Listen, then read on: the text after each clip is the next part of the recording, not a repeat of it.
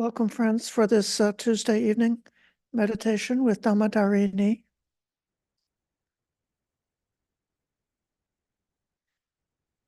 We are going to be continuing a theme that I had first brought out a couple of days ago on Sunday morning about developing the elements meditation as a way to stabilize and tranquilize the mind, as a way to make the mind so peaceful that it will be able to withstand any kind of pleasant or unpleasant things that come along.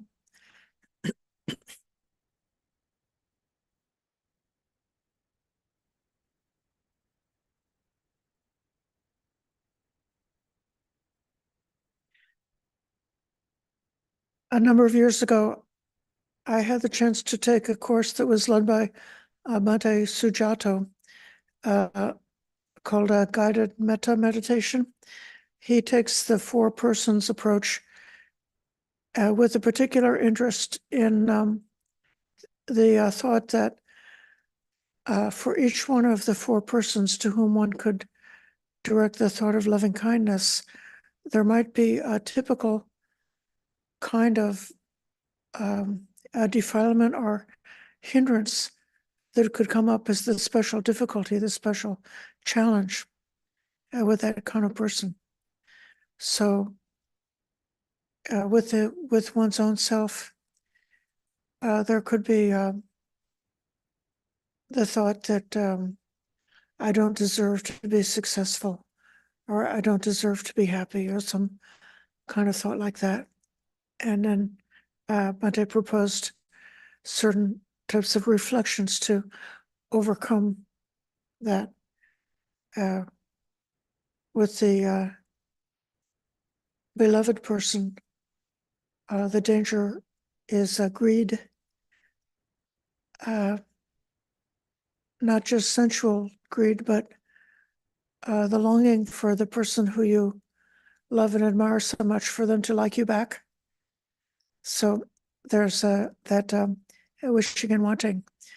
And he proposed actually the charnel ground meditation as a way to overcome the danger of greed with respect to the beloved person or the greatly admired mentor, the one who you appreciate so much, who brings joy and happiness into your life, to visualize them as dying, and the dead body going through the stages of decomposing is a way to wipe out that tendency of greed. And then with the neutral person, he suggested that the danger in connection to a neutral person is apathy or low energy. The reason they seem neutral to us is we don't care about them. And so then if we don't really care, then the danger is when we try to have a sustained thought of loving kindness towards that type of person, we just don't have enough energy to stick with it. And the mind wanders because we're not really interested in them that much. And so for that one, he recommended doing a preliminary meditation of stirring up energy and arousing spiritual urgency in order to exert a strong commitment in giving loving kindness to that neutral person. And then when it came to the difficult person, or the one who is hostile towards us, or the one that we dislike, or for that person, Bhante suggested that the danger is that the mind quickly gets distracted into a story. So if only that person would change their bad qualities, then they wouldn't be so awful. And so then you've got a situation towards that person which is unpleasant, almost you could say difficult to bear. And so the mind starts then going into high-speed proliferation, trying to imagine how the situation could be changed to become bearable or sustainable. Um, and so for that one, he recommended starting with the earth element, particularly imagining the stability of a great mountain.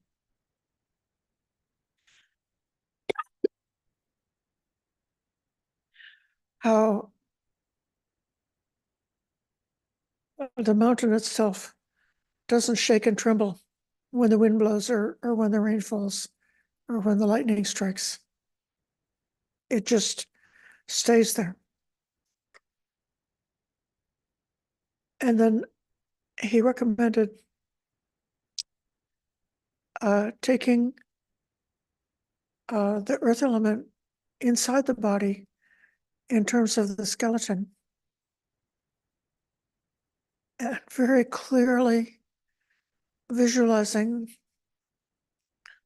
the strength and solidity of the skeleton. He recommended developing loving kindness and radiating the loving kindness into the skeleton until the skeleton becomes like a radioactive with loving kindness. So you're imagining your entire skeleton as being strong and solid and radiating loving kindness. And then after having done that preliminary contemplation, he recommended bringing out the thought of a difficult or dislikable person, or even the name of a particular dislikable person, but without allowing yourself to think about their qualities at all. You just put the name in, or just put the words, like, my enemies are um, uh, the difficult one, or naming a person by name, and practicing loving kindness with a strong determination to keep um, uh, the mind as steady as a mountain or as strong as the skeleton bones, very firm and not moving at all, just radiating loving kindness. Uh,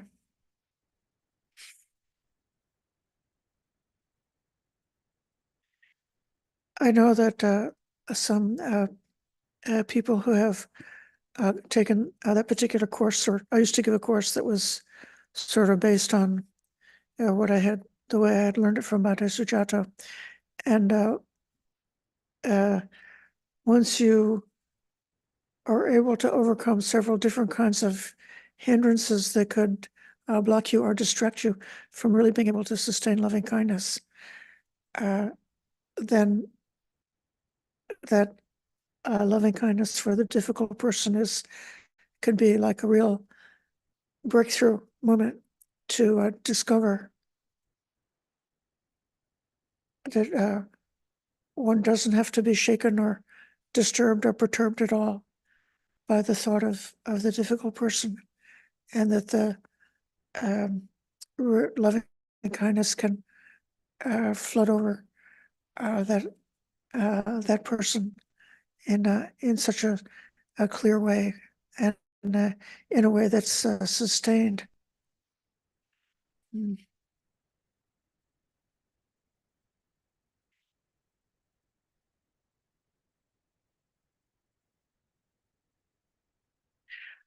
There are several different other contemplations that the Buddha has given about the elements meditation. And we might continue doing investigating those practices again for the next one or two times that we meet together, because those practices of the elements meditation are very effective in gaining tranquility and reaching that aspect of inner peace, which is the tranquility of the body and mind. Having explained that particular loving kindness meditation, why don't we try sitting, and I'll, without talking too much, I'll guide you through doing loving kindness for the four people.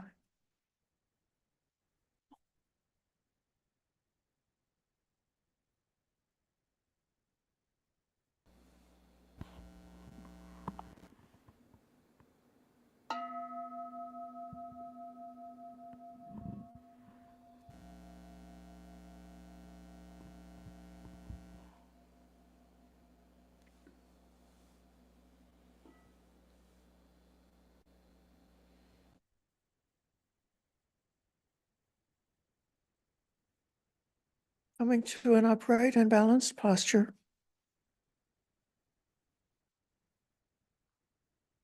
Is sitting cross-legged on the cushion, arranging the legs in a way that's as stable as possible. A posture that you will try to hold for the next 30 minutes or so.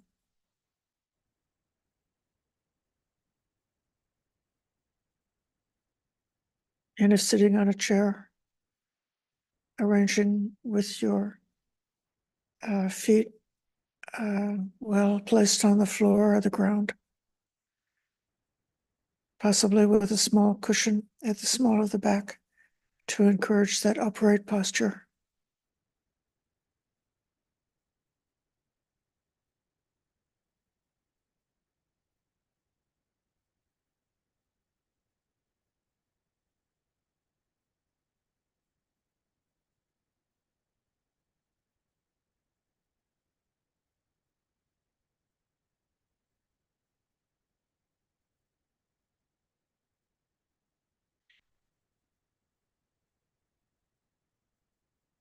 Aware of how the hands are placed.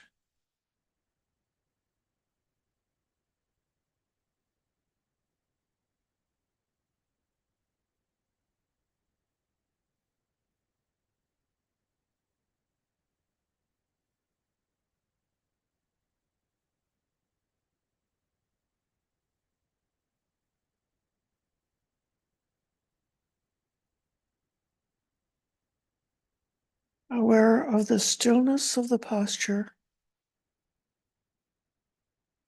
and also aware of the movement of the breath.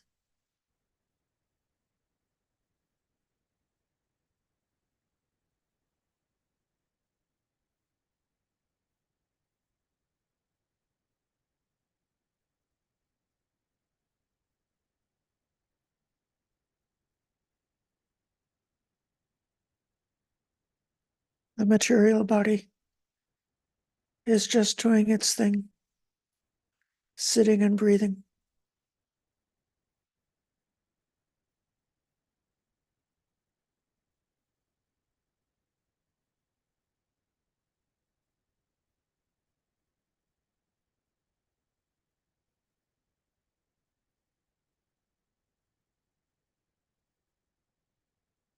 Aware of the state of mind.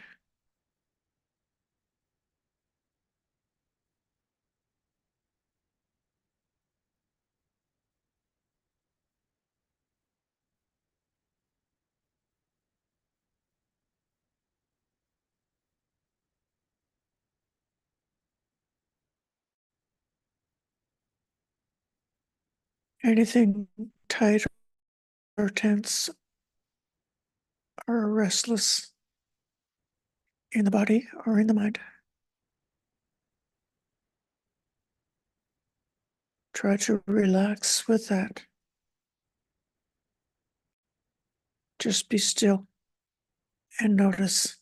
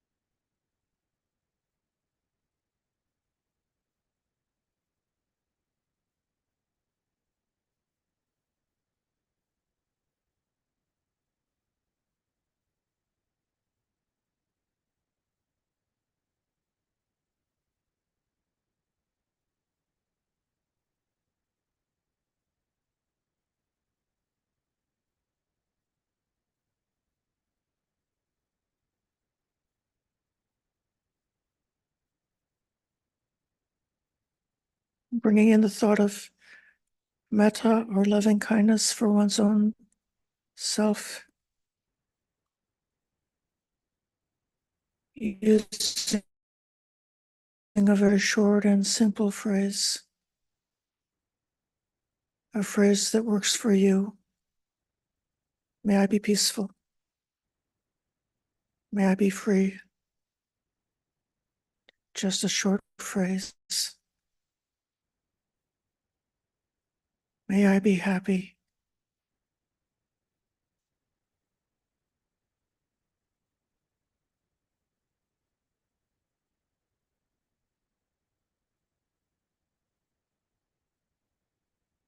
Silently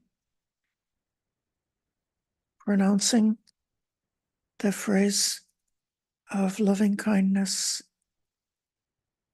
very clearly, feeling the shape of the words.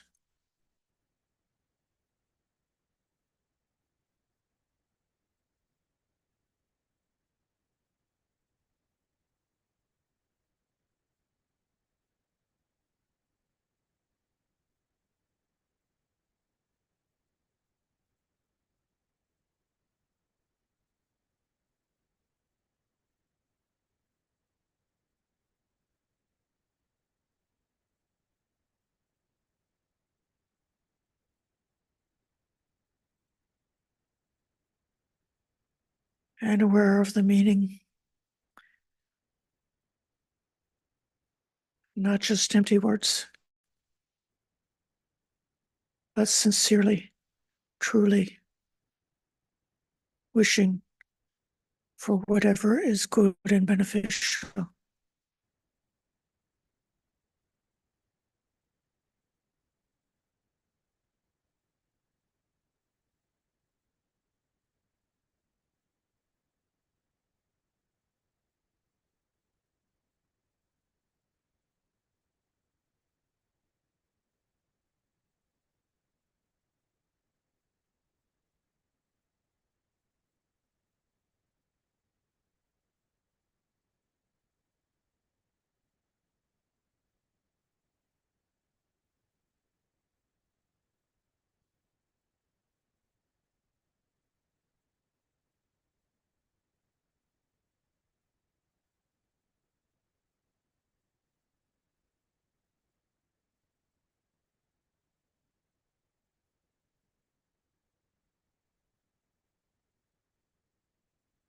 If there's a change in the feeling tone, if the state of mind changes with that thought of kindness, that can be the mind of kindness.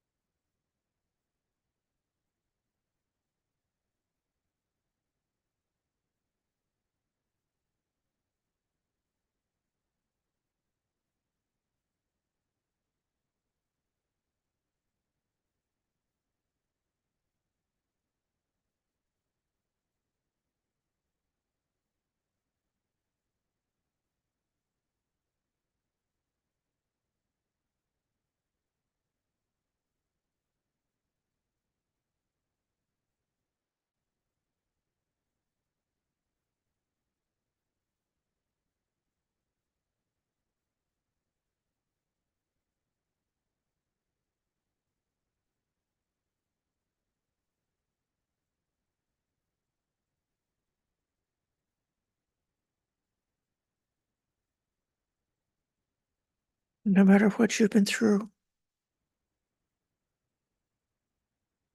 you are beautiful and lovable.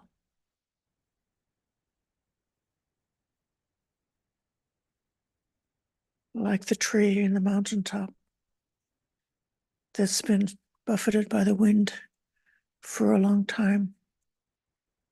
And the tree is twisted in some ways.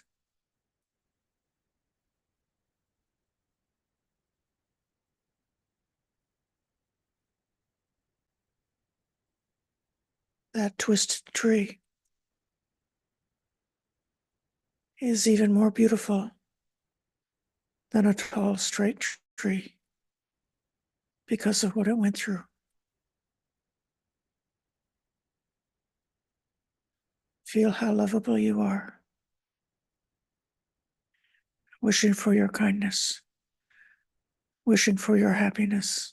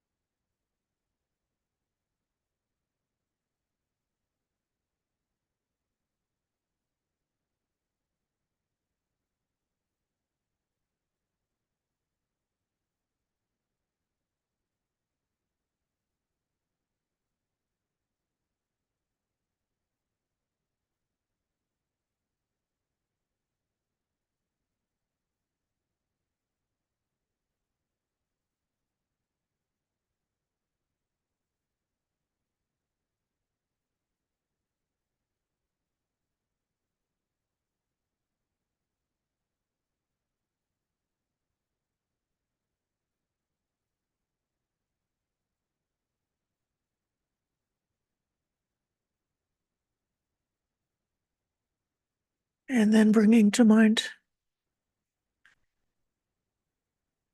a dear, likable person.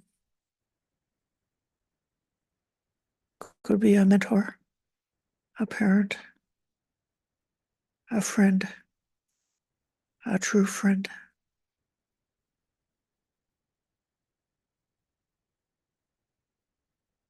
Bringing that person clearly to mind, or that type of person, and pronouncing the phrase of kindness for that friend. Oh, friend, may you be well.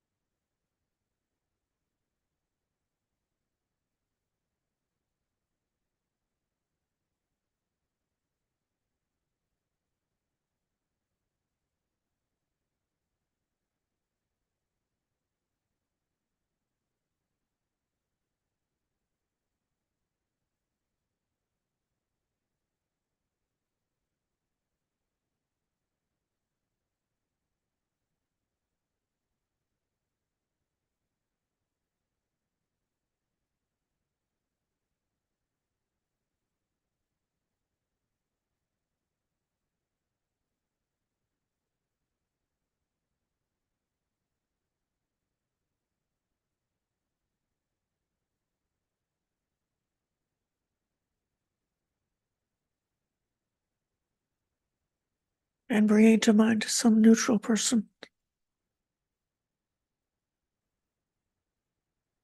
or the category neutral people, the beings you don't know so well.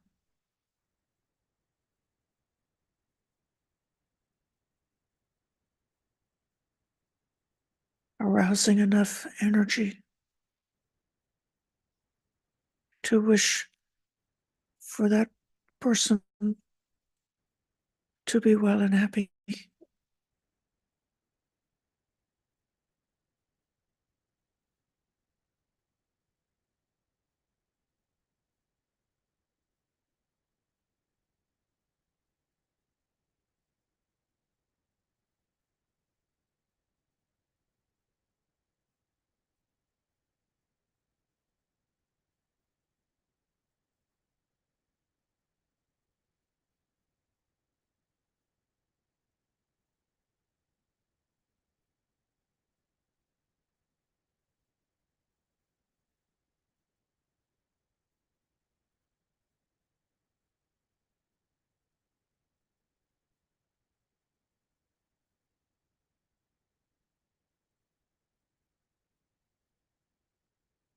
If the feeling connected with kindness is noticeable,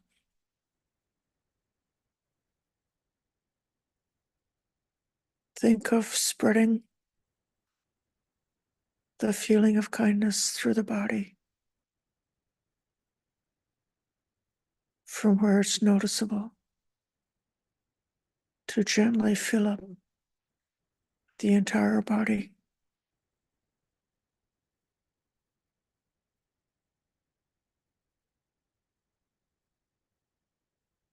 Continuing the phrase of kindness.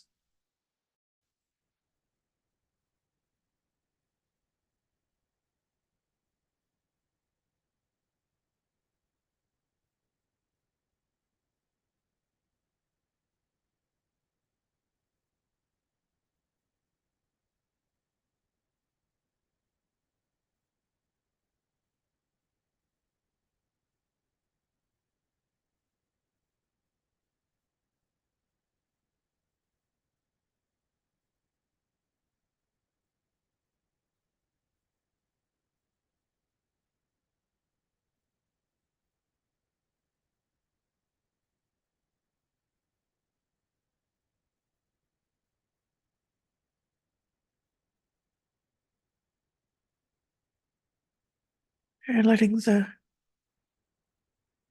kindness penetrate deep inside the body.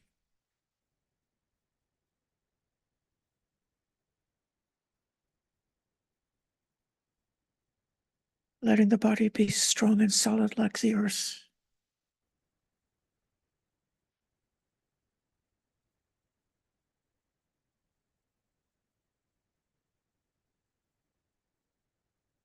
And filled with kindness.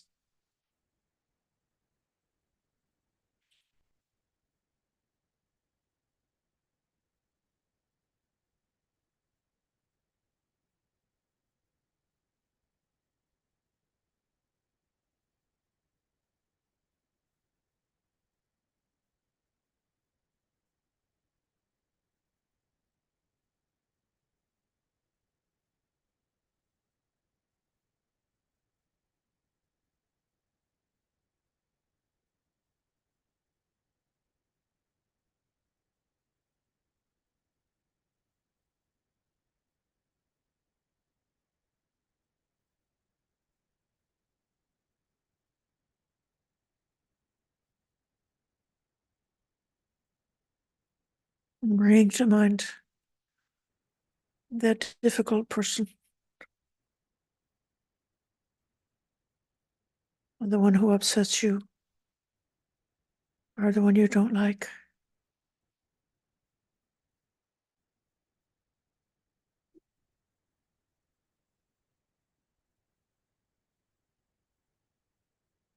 Keeping the mind very steady. Take all the kindness that you've built up and let it go to that difficult person.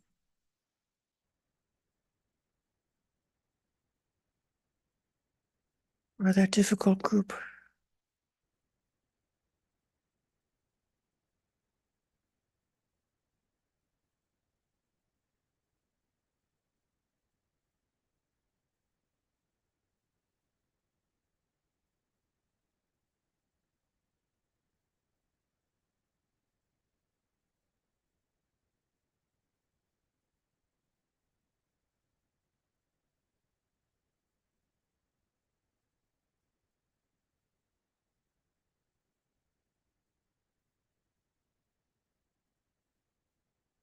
Letting the whole body and the entire mind be suffused with the thought of kindness for that difficult person.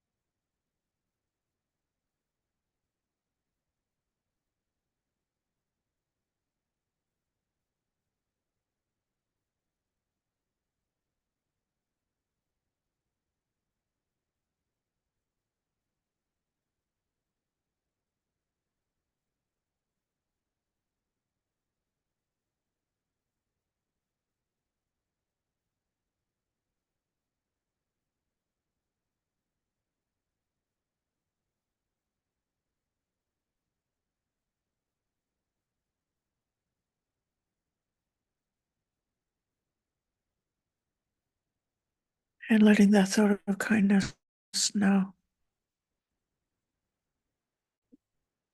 become boundless, going beyond this body, going in every direction without any limitation. Just the thought of kindness for all beings.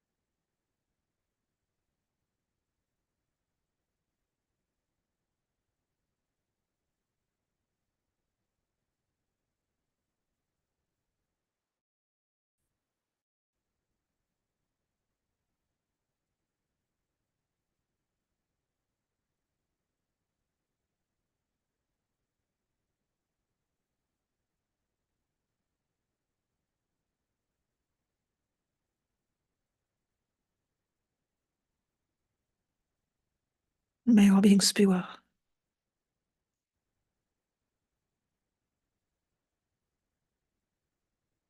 Invading the entire body with that thought of kindness. Filling the whole world with that thought of kindness.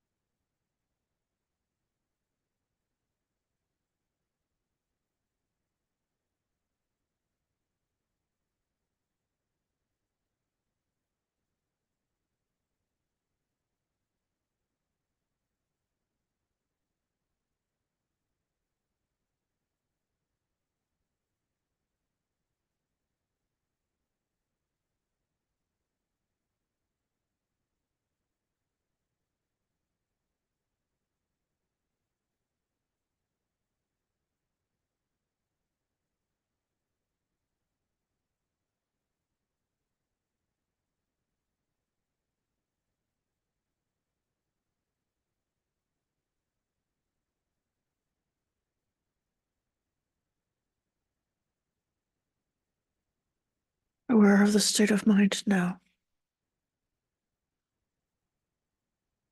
of the feelings in the body, of the posture of the body.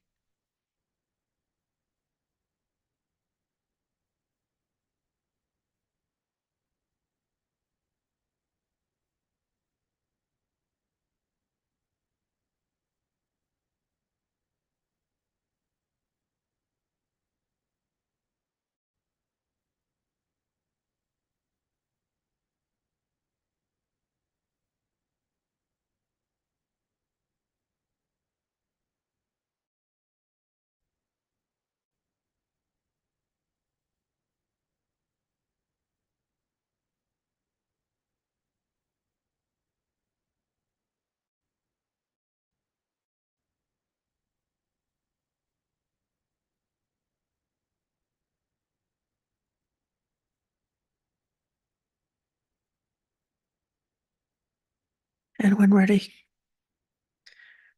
gently coming out of this meditation and opening the eyes.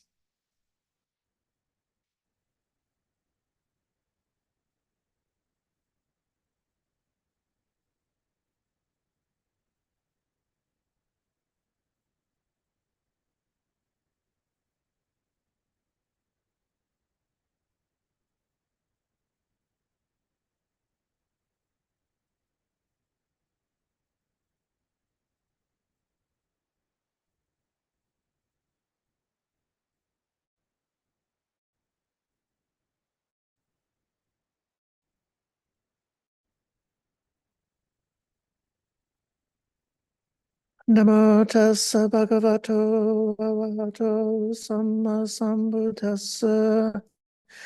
Namo tassa bhagavato arahato sammasambuddhassa. Namo tassa bhagavato arahato sammasambuddhassa. Buddham dhammang sangham namasami.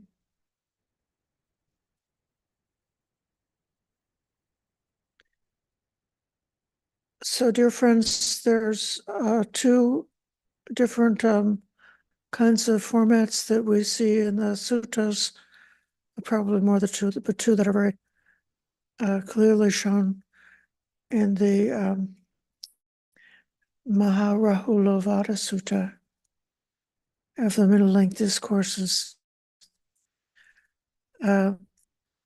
One is simply bringing to mind each one of the kinds of elements internally and externally. And with the thought of the element as being impersonal, not me, not mine, not myself. And so just the same way that the earthiness of the teeth is earth element, and the earthiness of the sand on the beach is the earth element. They're just the earth element. Neither one of them is anything to be identified with because it simply is an element. And so then this kind of meditation, making the mind go back and forth with the internal and external, can defeat the sense of identification with one's own body, and can lead to a very wonderful experience of tranquility in connection with especially tranquilizing the attachment towards the body, towards our own body. So when that attachment has become weaker and weaker and weaker until it perhaps disappears completely, maybe disappears completely for this lifetime, or else it at least seems to disappear for this sit of meditation at that time, because of dropping that one form of clinging, the clinging to this body. It brings so much tranquility, passaddhi, calmness of the body and mind as a result of doing that meditation. And then in the Maharahulavada Sutta, that sutta gives a number of different forms of meditation and contemplation. It says that if you would meditate like the earth,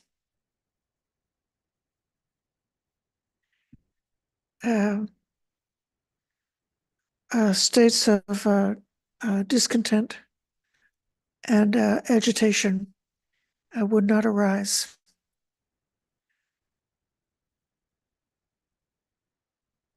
Just as if a person throws garbage on the, just as when a person throws garbage on the earth doesn't feel horrified. The earth is not repelled, humiliated, and disgusted if somebody throws garbage onto it. And so the same way, if you meditate like earth, then the mind is not caught up in those reactions of being repelled, humiliated, or disgusted because of any kind of an insult or anything that's extremely unpleasant, anything that's disgusting.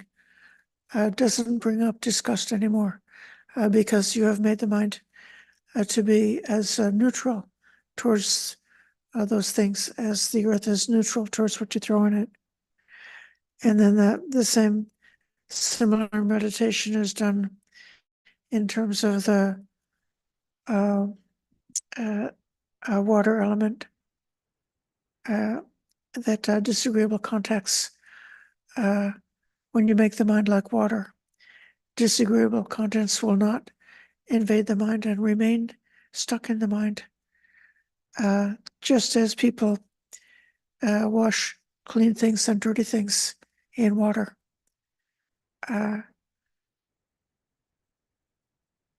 Excrement, urine, spit, pus, blood, they wash in the water, but the water doesn't feel repelled, humiliated, and disgusted. The water is just water. And so in the same way, with this reflection, you can make the mind to become tranquil and also imperturbable, so that different kinds of contact would not be bringing up the any disturbance in the mind. And then similarly with the air,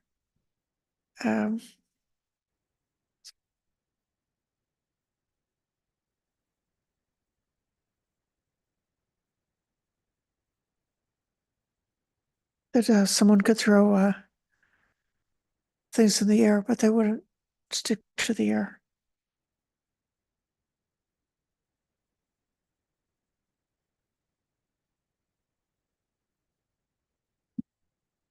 Mm.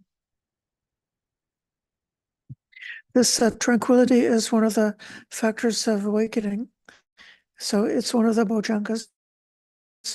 If in the course of practicing meditation, you experience an increase in that element of calmness and tranquility of the body and mind, then you should mark that as one of the factors that the Buddha has told us is very helpful and beneficial for um, developing our meditation and also for developing wisdom. It enables the mind to, by not falling into reactivity, to remain detached. It takes away the tendency of reactivity, makes the mind imperturbable. And then when the mind becomes very calm and very still, then you have a chance that your ability to see your own process, to see what's going on, to see impermanence, to see dukkha, to see non-self, can become much more sharp and clear and empowered. It's possible because one is not getting caught up in reactions. So for those of us who are interested in taking up this theme about practicing for peace, this kind of meditation is very useful. This development of tranquility is one of the aspects or elements that's supporting the development of becoming truly peaceful, having the peacefulness of enlightenment. I think I'd like to pause here and see if there's any questions or comments.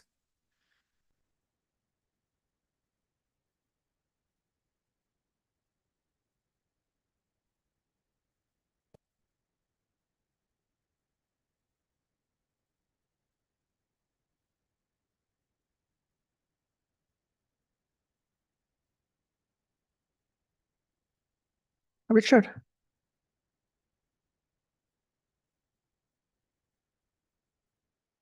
Thank you, Ayya. When you were giving those examples about just as when, filth and stuff like that is thrown on the earth, many, many years ago when I was young, probably in my 20s,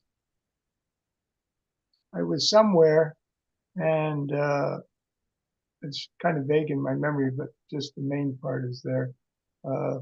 There was a woman there with her baby, and she was kind of holding her baby up on her shoulder. And suddenly the child started throwing up on her, the little baby. And the mother reacted very sweet and kindly. Immediately, she just says, "Oh, just a little curds." So whenever I hear the Buddha saying, whenever some filth or something is thrown on the ground, the earth doesn't react. It always reminded me of that mother, But I think she was kind of adding in that loving kindness quality. on top of the undisturbed.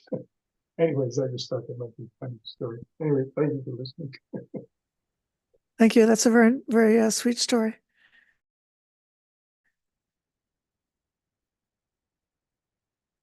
I'll call an Art. Hi, thank you, Ayya. In the mention of the elements, I kind of get a common theme of impersonalness, but is there anything more we can think about or contemplate about the different nature of the different elements in terms of being peaceful, like them in their different ways? Is there some kind of like aspect to their variety that can be used? Or I'm trying to understand like how to be like the element more, so to speak. Right. The main aspect of peacefulness or tranquility in connection to the elements is exactly that it's impersonal. That it's impossible to be conceited about the elements if you understand them. The elements do have different qualities, and it may be that at different times in meditation, to help you with balancing the mind, one could spend more time contemplating one of the elements in order to bring up qualities of the mind. So, for example, if the mind is very unstable, then the earth element has that aspect of stability. And so, in a way that you can use that contemplation of the earth element to make the mind become like that, to become more stable if you need for the mind to be more stable. And if you need for the quality of the air element is movement. So if the mind is like going towards what they call the sunken mind, if it's like a very drowsy mind that's just sinking into mind can go into it's very still, but it's also doesn't have very good awareness. It's just dark and still. So then to help like wake up the mind, like thinking of the air, like the movement of the breath, or comparing the movement of the breath to the breeze outside, that can bring that lift and bring some flexibility. The water element is said to have the quality of cohesion, in the sense like if you took some powdered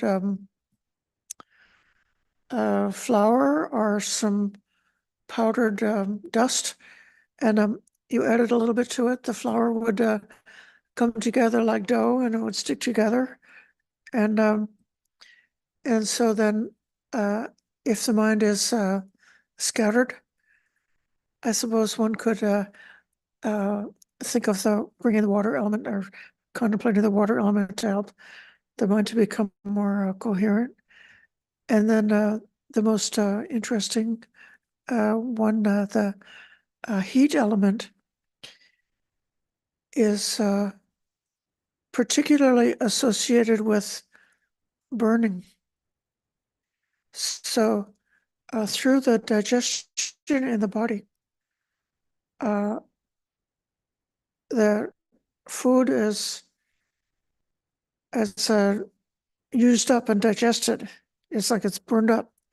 And through the heat aspect of the body, like all of the garbage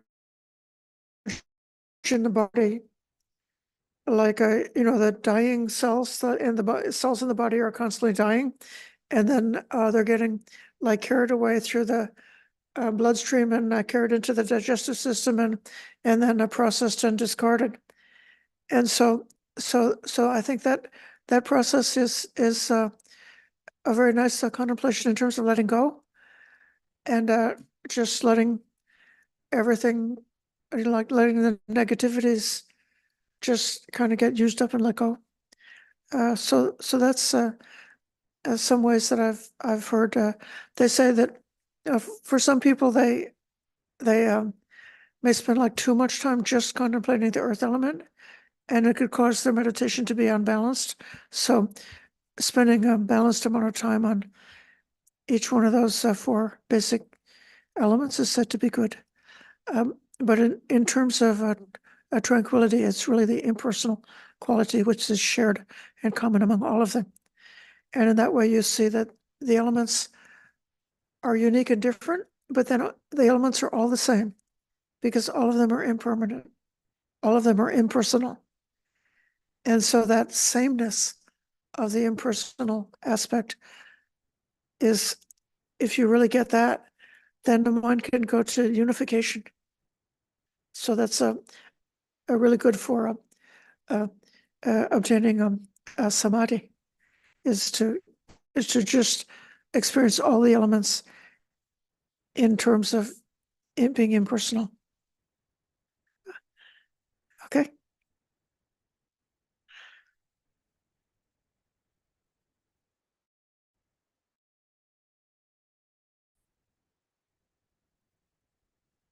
Colin Wren. Hi, thank you. I have a comment. There's a cultural connotation of kindness being something that's noble, something, like means that you have a bigger heart, the cultural connotation of that, right? That you're somehow a bigger person. And sometimes I have a problem with that because when it comes to when it during meditation, I get stuck with, well, what is incentive for being a bigger person versus, and why should I forgive when someone is being unkind or whatnot?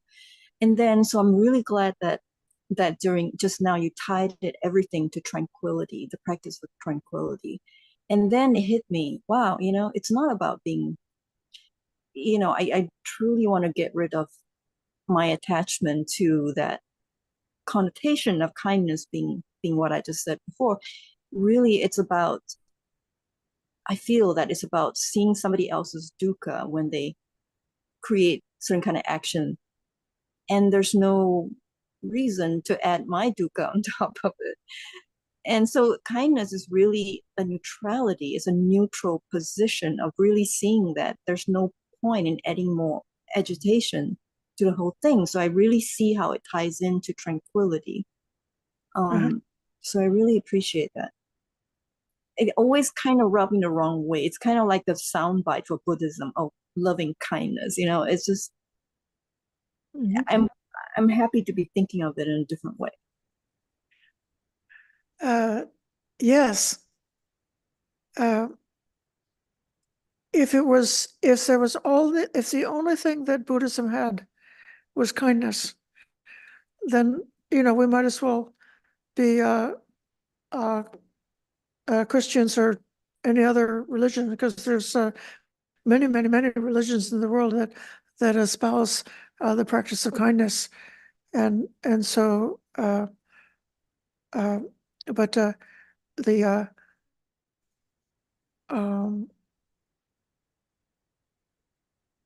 Buddha truly, there is the connection between sila and samadhi, between our ethics and how we are practicing for developing samadhi, and then from samadhi developing wisdom. In many ways, if you just think of loving kindness as being part of the ethical end of Buddhism, and you just think of the ethical part of Buddhism, not in terms of how it's supporting our tranquility and making room for wisdom, then you can get a little bit cynical about those ethical precepts. Saying, oh, well, it's very normal and natural for somebody to be nice to their own family, but they might not think of being nice to other people outside of their family. So how convenient it is when you have a great teacher that says you should be kind and loving to everybody without any exceptions, and how convenient it is for the government if you could just get all the people to be universally kind, then you would save a lot of money on law enforcement because they would just be good all the time, and it's possible to have this sort of I'll say it actually like a doubt about why the precepts of sila are part of the path of practice. So then it is true that probably something happened to humanity when civilization evolved to a certain point where you really, like, humanity couldn't continue to exist if it was just a war of everybody was at war with everybody. And so then it may be that the cultural situation is where there was a context for Buddhism to be able to arise, and people would be able to understand it because something had happened to us where we realized I have to be compassionate. If I live a life without kindness and compassion, it's such a misery. It will drive me to madness.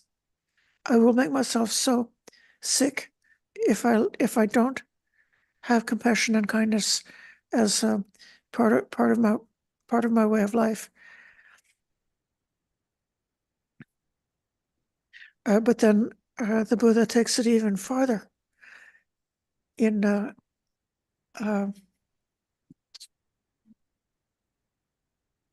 integrating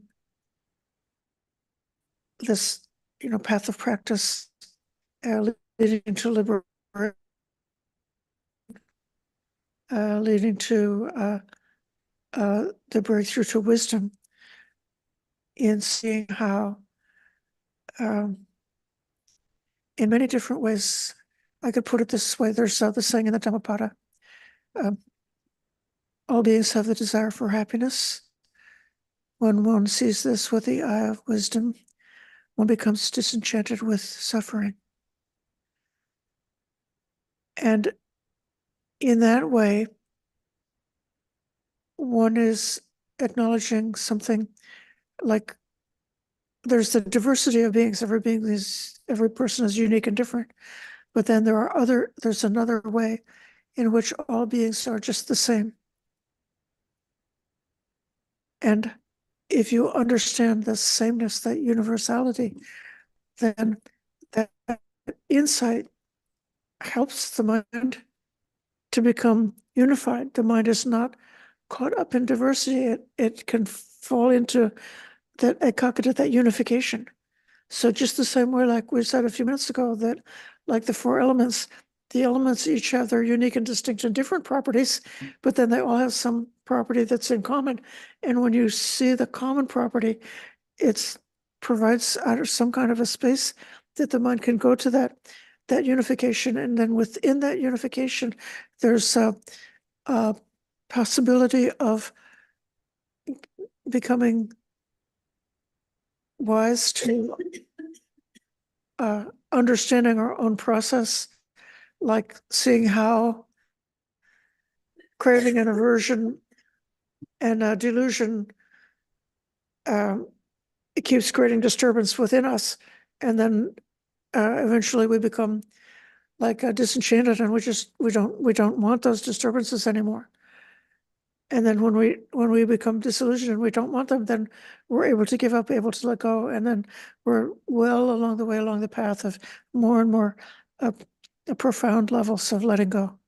Mhm. Yeah, so good. I appreciate you giving the chance for that riff. So it's not necessary to take a cynical idea about loving kindness, but to see how it's part of our natural capacity for awakening Mhm. is grounded in loving kindness.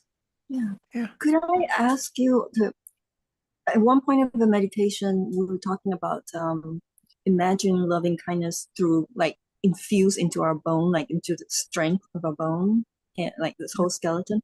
And then there's part about the mountain. I, I'm I really like this the skeletal visualization part. Could you remind me again the connection with that and the mountain element? Or That might have been a little bit mixed up. I don't know if that's not exactly the way the Bhante Sujata gives it. So the earth element, if you're doing the earth element meditation, you see the earth element inside is the skeleton, and the earth element outside is the mountain. And then you kind of like go back and forth, and that makes the earth element to become impersonal. There is a chant or a poem of Thich Nhat Hanh where it says, breathing in, breathing out, I'm solid as a mountain. Um, uh, solid as the earth. So visualizing oneself in terms of skeletons or visualizing oneself as a mountain is a way of bringing up that quality of solidity and stability. okay, thank you. Yeah.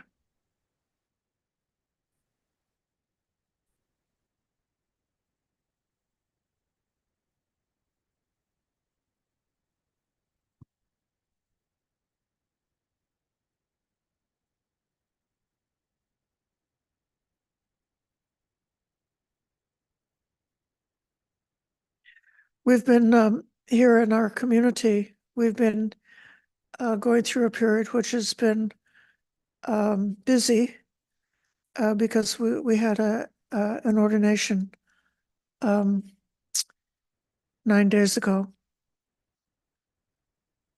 And there are lots and lots of things to be taken care of. And our community, Dhamma Tarini, is pretty much of like a service-oriented community. So there is that tendency to busyness. But the thing that is really a strong idea for me is we have to do more meditation, even when life is very busy. If a person has had a very busy day, then it's possible that when the time for the end of the day or the time for rest comes, that one just wants to sort of like relax and be lazy or something like that, or one just wants to read something or something like that. But if it's exactly at these times that are filled with a lot of activity, are filled with a lot of busyness, that it's even more important to give enough time to the cushion practice, to meditation. And this applies to us, and I think it could apply to all of us who are here in this space, that if you have a day which is either very busy or very exciting or very stressful or something like that, then when the time comes to put down the chores or the activity or the work, to be very clear about taking those minutes to be still, to have like the true, profound, deep restfulness of meditation, relaxing by, chit-chatting or having some conversations with somebody, or skimming through your emails, or reading something, or something like that. It may feel like relaxation, but it's not nearly as profoundly healing as it is to just go and be still. And so I'm saying this for those of us who are part of the Dhamma community, or those who are monastics who spend a lot of time giving service to the world, not to neglect meditation. So I don't neglect my meditation, and I really invite each one of you to not neglect meditation. Even if you've been meditating for a long time and it doesn't seem like so necessary to, block out certain set periods of time each day, or the morning or the afternoon, or whatever periods of time for meditation. But I have seen people who actually have taken a wrong turn. They come to Buddhism, they're very enthusiastic about the Dhamma. They learn how to meditate, and they practice meditation very consistently like that. And they get a lot of benefits from it. They get a lot of psychological benefits. Their welfare and their happiness is greatly improved. Their psychological maturity is greatly improved. And then for some reason they relax, and they just kind of feel like, well, I'm sort of mindful all day long. And a person can give up or slack off on the formal meditation practice. But the life that the Buddha recommended for somebody, if you really want to get the fruit of this practice, he was recommending a life where they would go for the, in the morning, early in the morning, they would go for the alms round. They would have their meal, and they would clean up. And then after the meal, they would find a quiet place and sit for the day's abiding. So I want to appreciate whatever number of minutes you can put into your life for meditation practice, and try, if possible, to be consistent. If you have enough time for 30 minutes of meditation in a day, and do that consistently, and then try not to go backwards. Don't cut down from 30 to 15, or from 30 to 10, or from 30 to 0. Instead, if you've got a good practice of 30 minutes of meditation a day, then try to go to 45, or try to go to 1 hour, or more than 1 hour of meditation practice. This is sort of the, I would say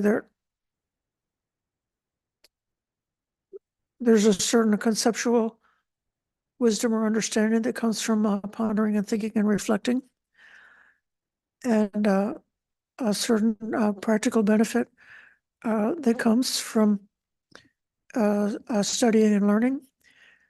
And there's definitely a spiritual, social benefit that comes from doing service to the world, giving through activities that do things that are not harmful to us, not harmful to others, but instead doing the activities that are beneficial and helpful.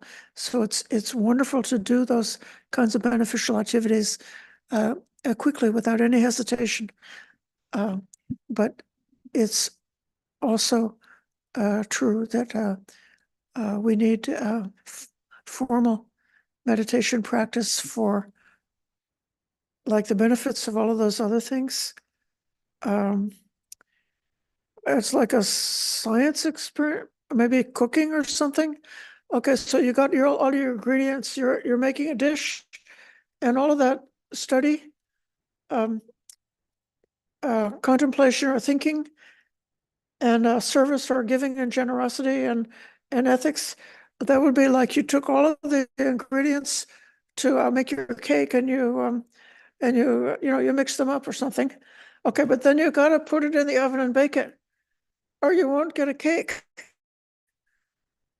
And so I say that the meditation practice is like you've put together these other ingredients, and then you got to finish the process. You got to put it in the oven and let it bake. And that would be when you sit down with nothing else to do except aiming for that stillness of mind and doing your formal meditation practice. So the time was it seemed like there was enough minutes left for me to go into that rant and to give that encouragement for those of us who are living here, as well as for all of you. So we can pay respects to the Triple Gem.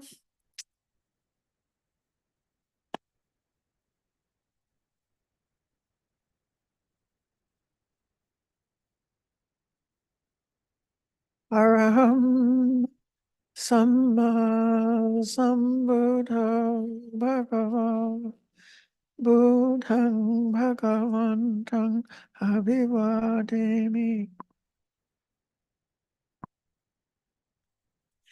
Sawakato Bhagavata Dhammo Dhammang Namasami. Supatipanno Bhagavato Savaka Sangho Sangham Namami.